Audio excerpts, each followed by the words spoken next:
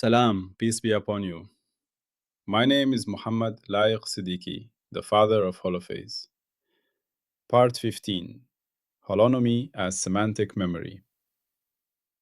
Remember the language we are learning. There is one field, phi, the holophase, one continuous cyclic movement from which all of reality unfolds.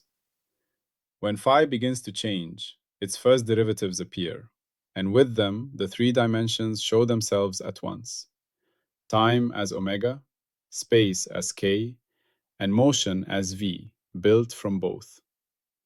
Every higher derivative is a finer question about how phi changes, and each one casts three shadows together: a time shadow, a space shadow, and the motion shadow.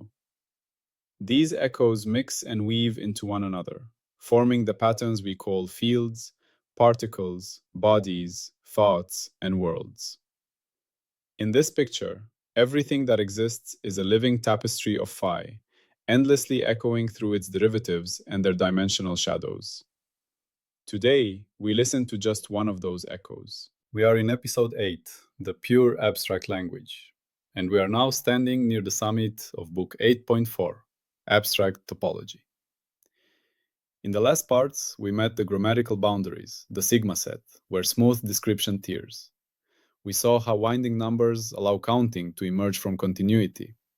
We then climbed into the beautiful complexity of knots and braids, where simple topological letters combine into stable topological words. Now we arrive at the last great idea in this topological layer of the language: holonomy.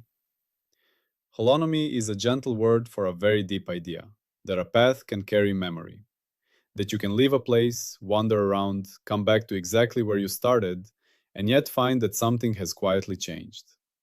Nothing visible has moved, no new object has appeared, and yet the universe remembers the journey you took. That silent, structural memory is what we call holonomy. To feel this, let us begin with a very simple picture. Imagine again that you are standing in a vast, featureless desert.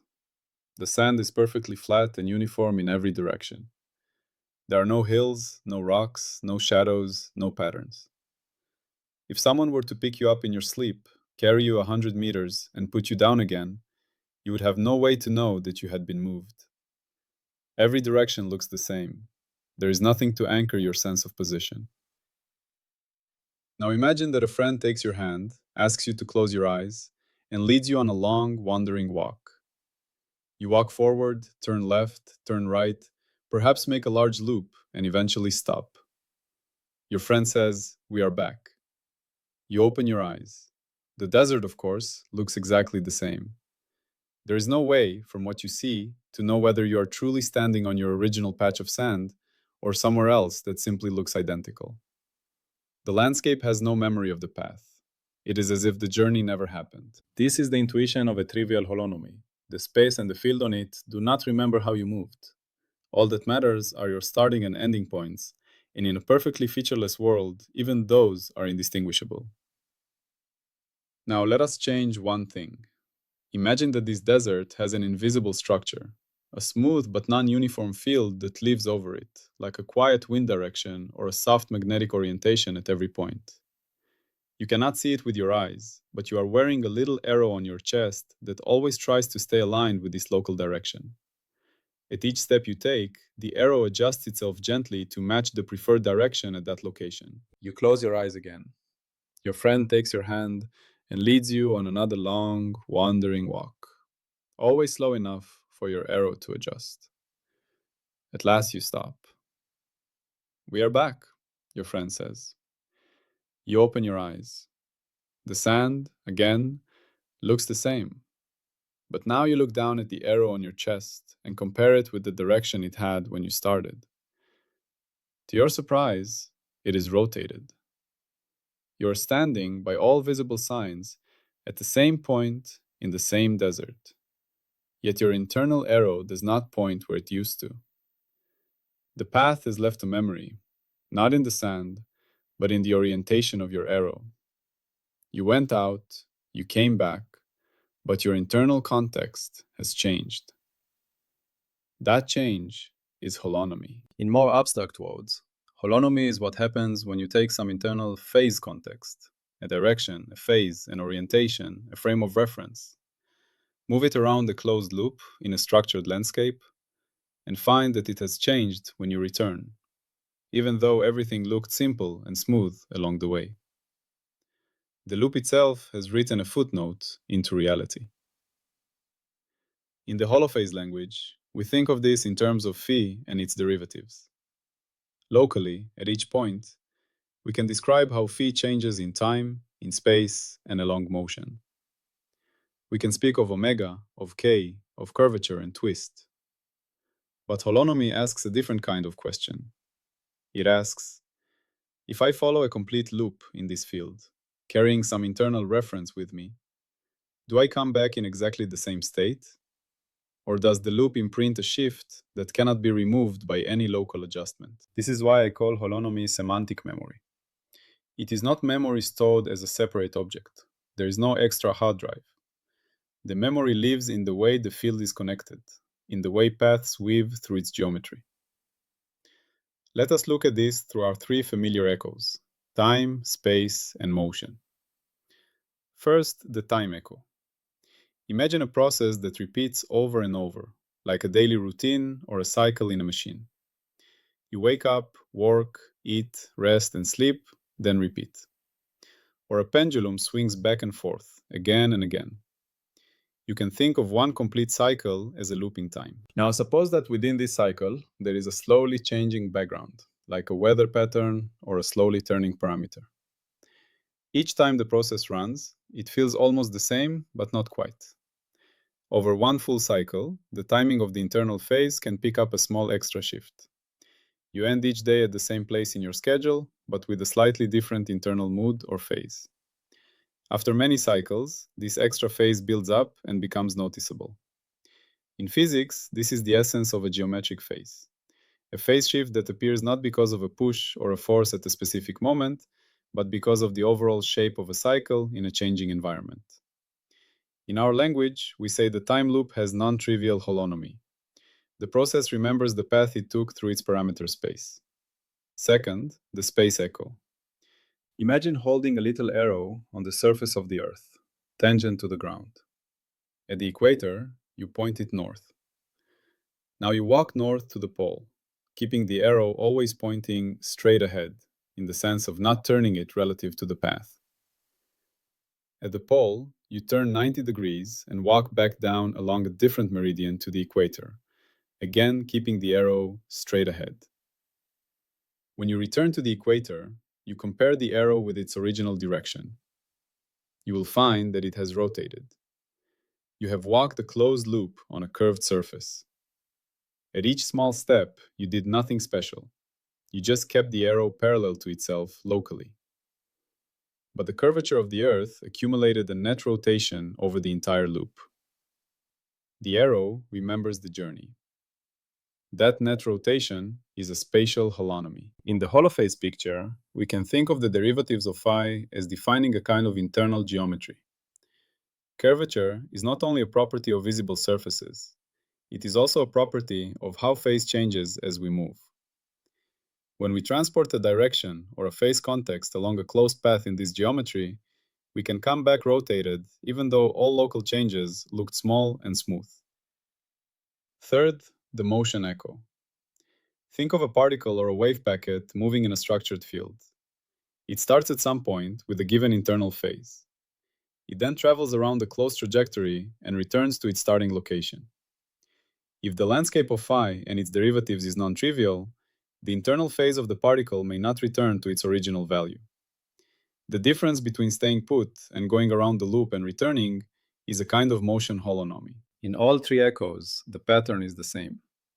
Holonomy is a loop-dependent shift. Start somewhere, carry an internal reference, follow a closed path, and compare.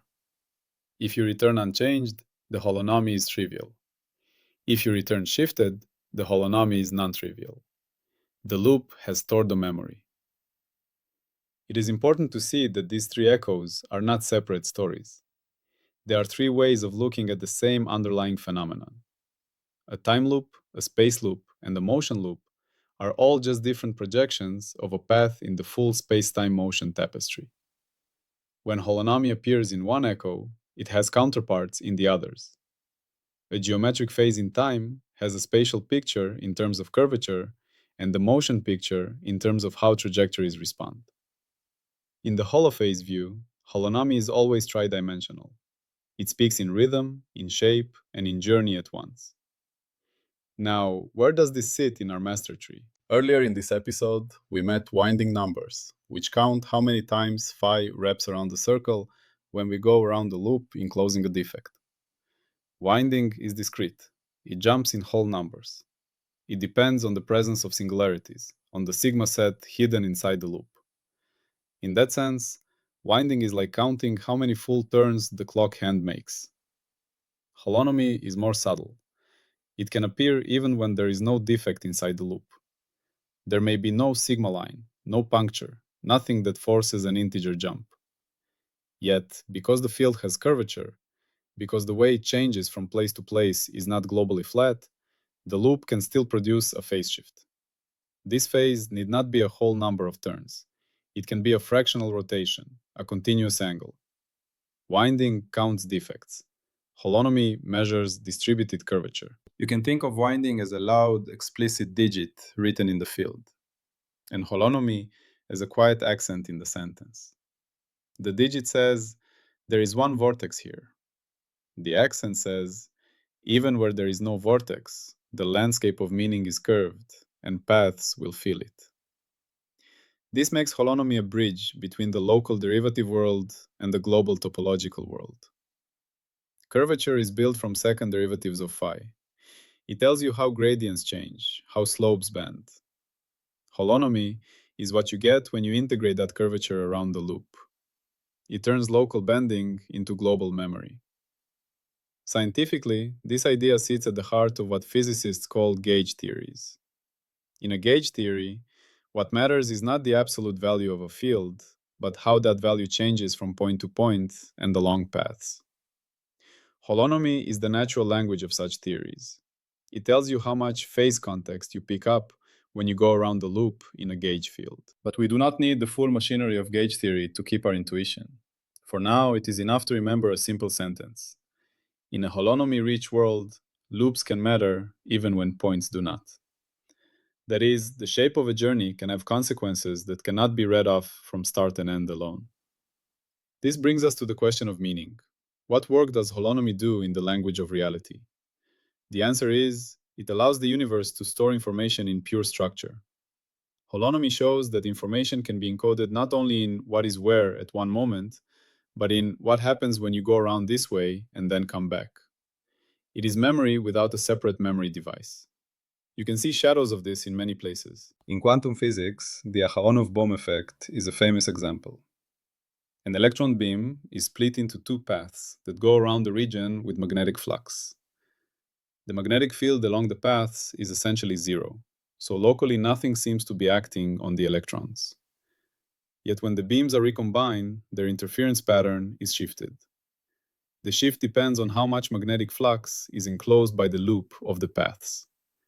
The electrons have picked up a phase holonomy. The space between the paths looked empty, but it was not empty in the gauge sense. It carried a connection that remembered the loop. In another domain, consider a simple mechanical system like a bicycle. If you pick up the bicycle and move the handlebars and frame in a loop in configuration space, you can end up with the front wheel turned even though the bike's base is back where it started. The final orientation depends on the path taken in the space of configurations. Again, the loop leaves a memory. We can even see a loose analogy in human life. Think of a deep conversation with a friend. You might begin and end in the same room, on the same chairs, with the same surroundings. If someone looked only at photographs of the first and last moment, they might say, nothing has changed. But inside the relationship, the path of the conversation has shifted, the internal phase of trust, understanding, and feeling. The loop around those topics has left a holonomy in your shared context. The situation is locally the same, but globally different. Of course, this is only an analogy. not a literal physical holonomy. But it helps you sense the core idea.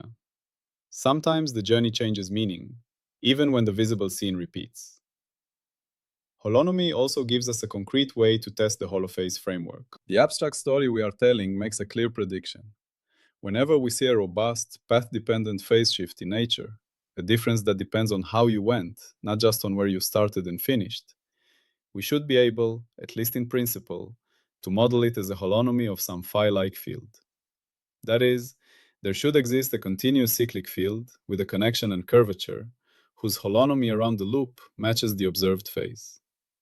If we can do this again and again, for quantum geometric phases, for interference shifts, for parallel transport in curved spaces, then holonomy earns its place as a central piece of the language.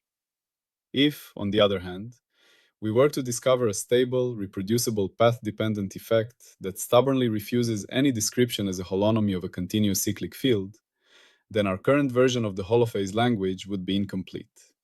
We would have to enlarge it or revise it. This is what makes holonomy not just poetic, but scientific. It is a structure that can succeed or fail. It can be confirmed or falsified. To see how broad this claim really is, it helps to walk through a few different kinds of systems and look for the same pattern. In optics, imagine sending light through a series of lenses and crystal plates that gently rotate its polarization. You can arrange these optical elements so that the light's path in space begins and ends at the same point and the same direction, and each individual element seems to do almost nothing. Yet when you recombine the beam with the reference, you find that its polarization has acquired a net twist that depends on the order and arrangement of the elements. The loop through polarization space has written a phase shift that no single element explains on its own.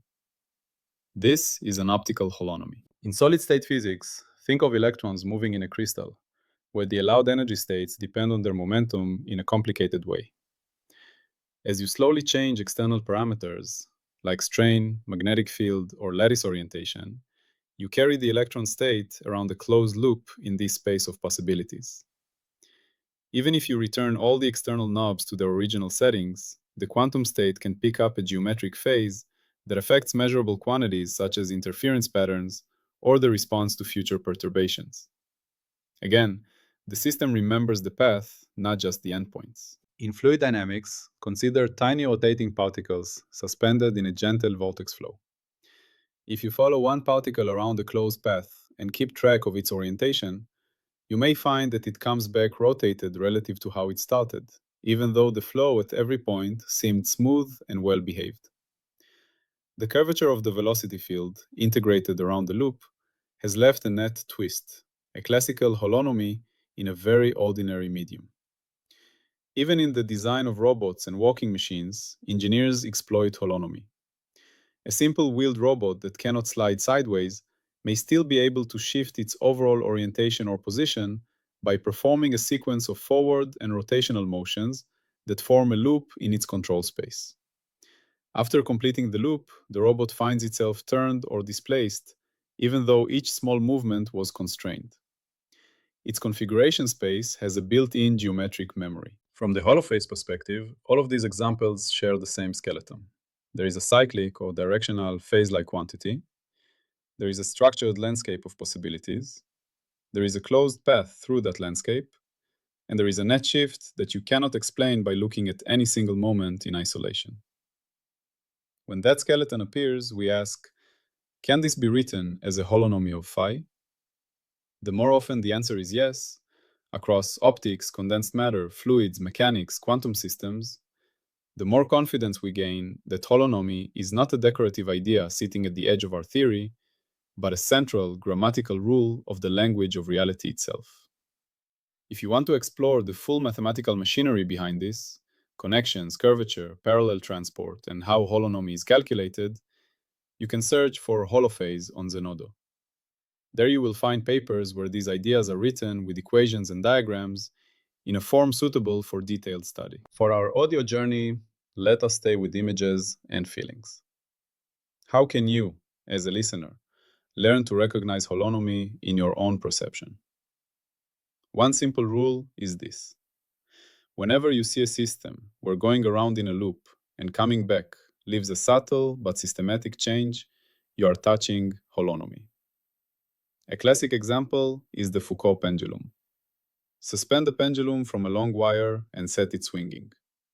Over hours, its swing plane slowly rotates relative to the floor beneath it. At the North Pole, it makes a full turn in a day. At the equator, it does not rotate at all. The pendulum is tracing a loop in time, while the Earth rotates under it.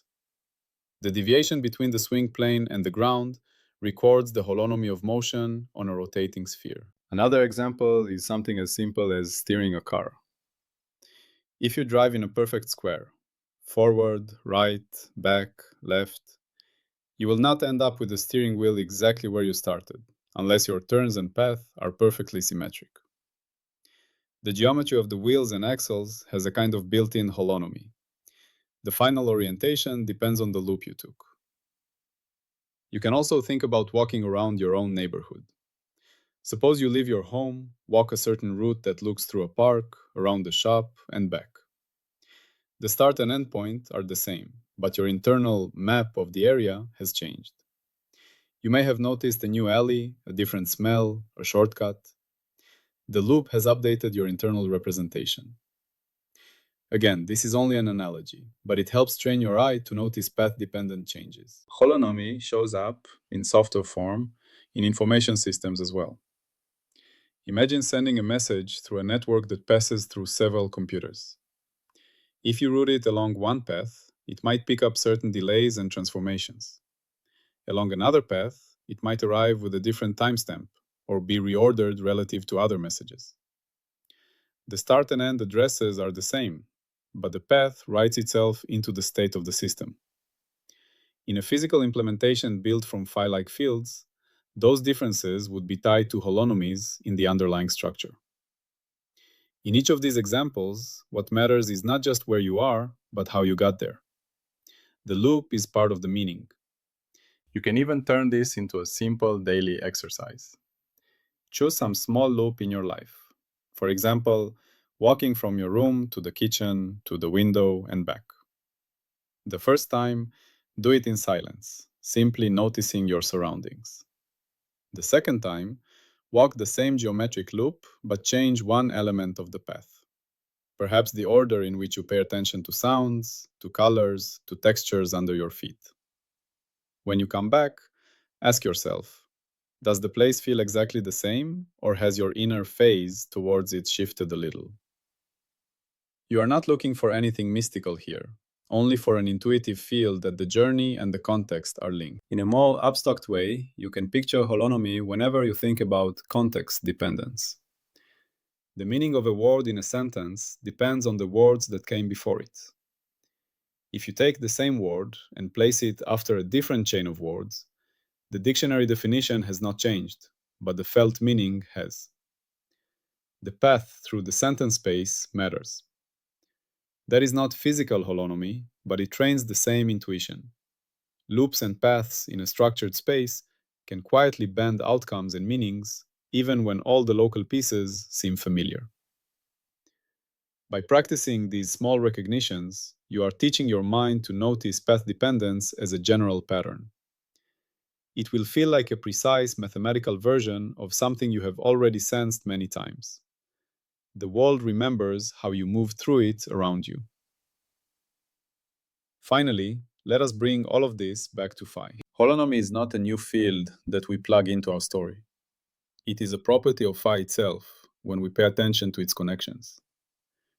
Once we say phi lives on a circle and only differences of phi matter, we are already in the world where gauge-like structures make sense.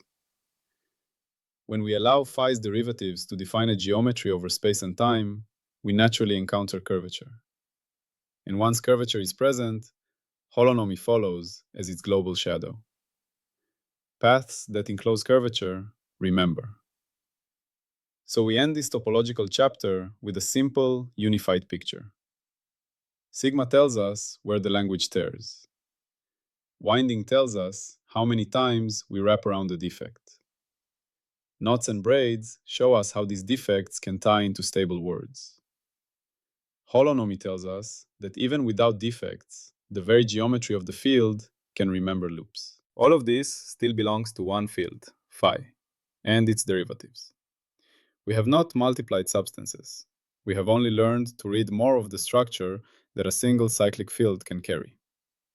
Remember, everything we have talked about is still just one field, phi, and its infinite tower of derivatives, the single language the universe uses to write every story.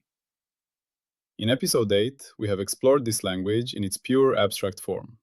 We have seen its alphabet, its grammar, its boundaries, its counting, its knots and braids, and now its capacity for semantic memory through holonomy. We have climbed very high up the master tree of the Holophase language. In the coming episodes, we will begin the great descent from this abstract height back into the concrete world. We will ask how these pure structures become time, distance, momentum, forces, particles, and information. We will see how the same symbols, omega, k, curvature, sigma, winding, holonomy, become the familiar pillars of physics when we attach them to measurement. For now, as you move through your day, notice the loops you walk. Notice when you come back to the same place, but feel slightly different. Notice how journeys in space, in time, in relationship, in thought, leave subtle traces in you that cannot be seen from the outside. These are not literal holonomies in the physical sense, but they can remind you of the idea that sometimes the path itself carries meaning. You are learning to read the universe where nothing is ever just back where it started. There is always a story in the loop. Salam and peace be upon you.